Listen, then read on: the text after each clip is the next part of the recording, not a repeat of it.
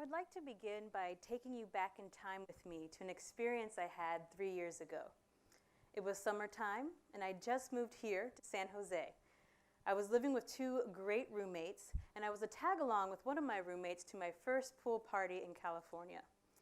When we arrived to the gated mansion-sized houses, I felt like I was living in the California that I had always seen on TV. I had an awesome time. Food and drinks were abundantly provided, and I partook of the shrimp cocktail, shall we say, generously. It was only the right thing for me to do to introduce myself to the host.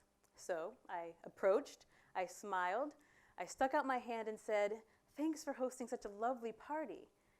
But I was met with the response of, "Qualify yourself." "Huh?" I said, arm still outstretched, expecting a greeting. And that's when his friend beside him reiterated the question with more clarity. He said, "Qualify yourself. Tell him why he should talk to you." Immediately, my mind split into two paths. The first, in more dominant voice, got to work on the task.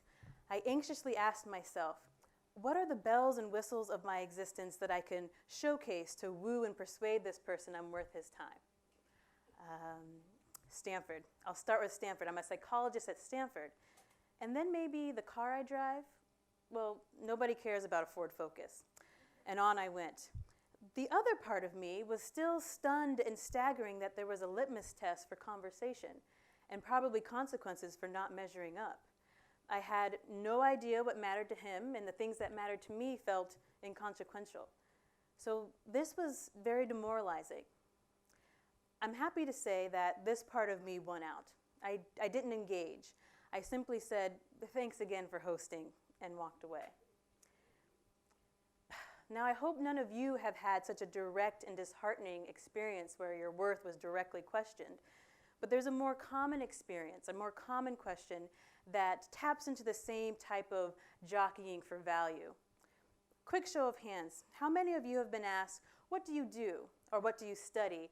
and feel like that question is going to determine how much respect or attention you receive? Oh, that looks like the whole room. Now, this is just the surface of the types of daily experiences that slowly erode away our sense of inherent value and replace it with a sense of conditional mattering. A conditional sense of self-worth means you think your worth as a person depends upon something else. Now, as a psychologist who's heard and held hundreds of human stories, I've witnessed firsthand how this mentality of feeling like you are not enough has stolen dreams, ambitions, relationships, health, and happiness away from people. If we were to excavate to its core issues like imposter syndrome, perfectionism, some anxieties, depression, we would find fears of unworthiness lurking there with other factors. So I'm here to declare enough is enough with these worth wars we're waging with one another. Think about how radically different our world and relationships would be if each of us actually acted like we all had inherent value. This is probably hard for you to even fathom because we've all been taught and groomed to value ourselves based on conditions. So I'm also here to break new ground in your consciousness. I want to invite you to entertain how your enough is enough. So let's answer 3 questions. What is inherent value? And why is it psychologically healthier to live from this worldview? How have we lost sight of this truth? And how might we unlearn this unhelpful message? So the concept of inherent value is a philosophical idea that dates back centuries with much debate around the topic.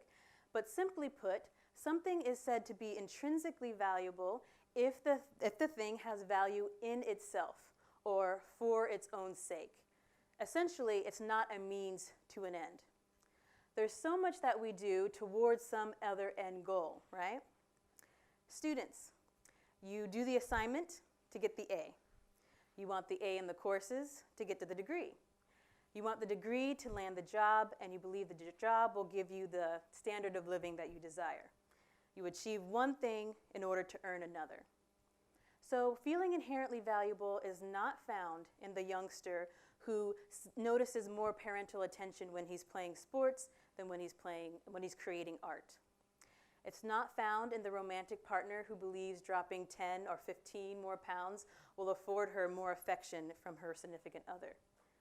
And it's not found in the graduate student who says to me in therapy, I have to do something big with my life, something of Steve Jobs level impact to matter. When it comes to your self-worth as a person, if we believe this premise that you are inherently valuable, period, there's nothing that comes after that. If you get the A, you're valuable. If you don't get the A, you have some work to do, but you're still just as valuable. Now, some people believe inherent value is a God-granted gift. Others think it's based on the unique human existence of each individual life. Whatever the source, what we do know is that those among us who are able to be self-valuing fare far better in terms of mental health and relationships. And that's why I propose it to you. Let's look at some of the literature. The go-to study on this is out of the University of Michigan. They looked at college students, and those who base their self-worth on external sources, such as academic performance, appearance, approval of others, reported more stress, more anger, lower academic performance, and relationship difficulties. Disturbingly, they also had a higher tendency toward drug and alcohol use and eating disorder symptoms, while their peers who based their self-worth on internal sources had better grades, reported less stress, and a lower tendency for those same drug, alcohol, and eating disorder symptoms. Another study out of Ohio actually created a scale to measure self-worth. And one interesting finding there was they saw that contingent self-worth was associated with something they called non-autonomous controlled motivation. Essentially, that is the feeling stress and pressure to perform, which naturally decreased well-being. The literature has many threads that echo the same message, that if you're able to own your somebodyness, it's preferred for wellness.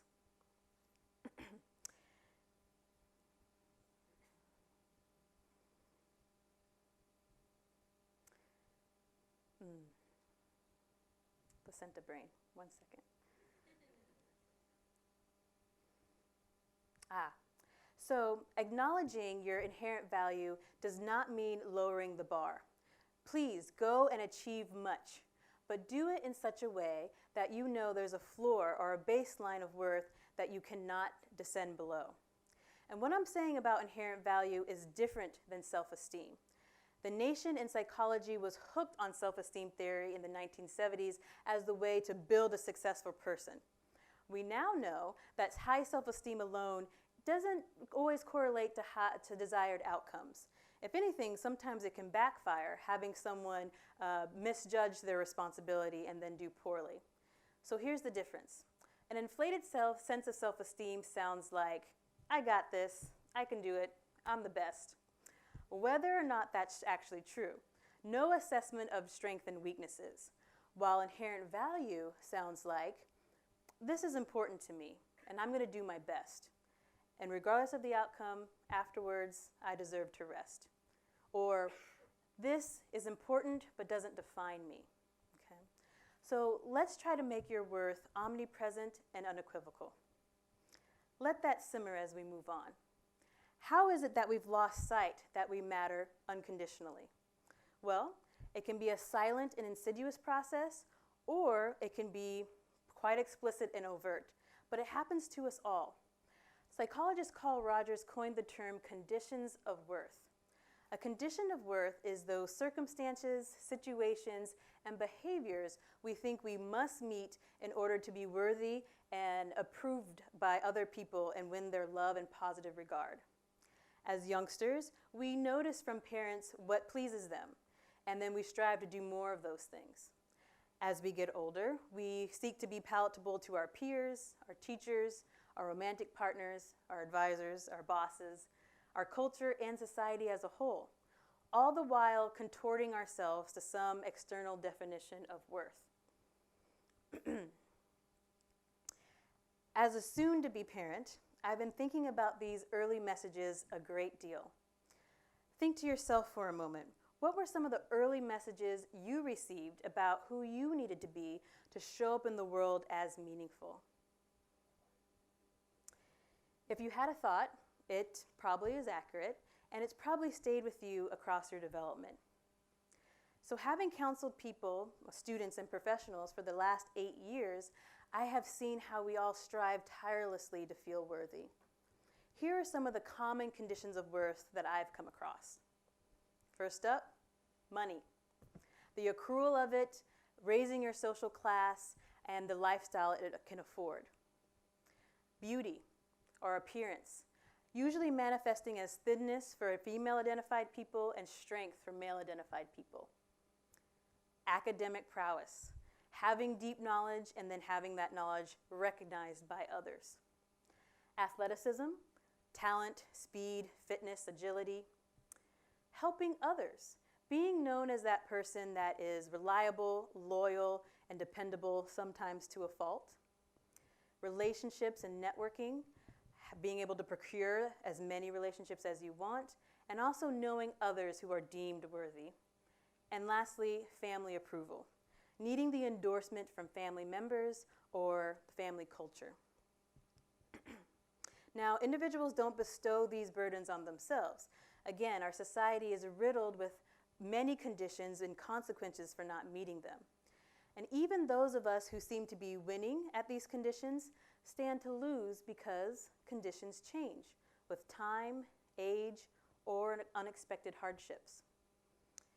Furthermore, those of us with more minority identities have even more treacherous path because there are extra messages of unworthiness lofted upon you based on stereotype, microaggression, discrimination, prejudice, and outright hate.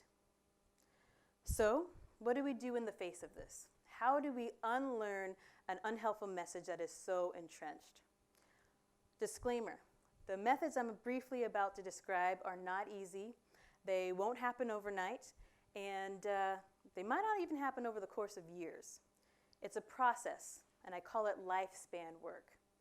But on an individual level, let's start with the hardest task, which is to stop comparing yourself to others. I know what you're thinking. How can I do this when the world around me does this constantly? Well, a full answer would pull on the literatures from self-compassion, gratitude, would likely advocate for a separation of comparing to acquire new skills and increase performance, and comparing that is harmful for your sense of self. Another part of my answer is to do something that resonates with you for its own sake. When was the last time you did something not because it's going to show up on your resume, not because it meets that condition of worth that you're wrestling with, but just because you enjoyed it? It's probably been a while. What this does is it softens our stance toward ourselves. It allows us a zoomed out perspective and gives us a chance to experience ourselves and others in a non-conditional way. In our families, we need to nurture the unconditional self and respond with love and acceptance to successes and failures. In our schools and institutions, this is difficult because we are seeking outcomes. But a person is not a product. And we need a culture that delineates the two and helps us see that one does not define the other. So I leave you with the challenge to get started on some of this. The next time someone asks you, what do you do or what are you studying, in an attempt to qualify your worth, I want you to try to answer them from this new understanding of inherent value. Don't provide an occupation or a field of study.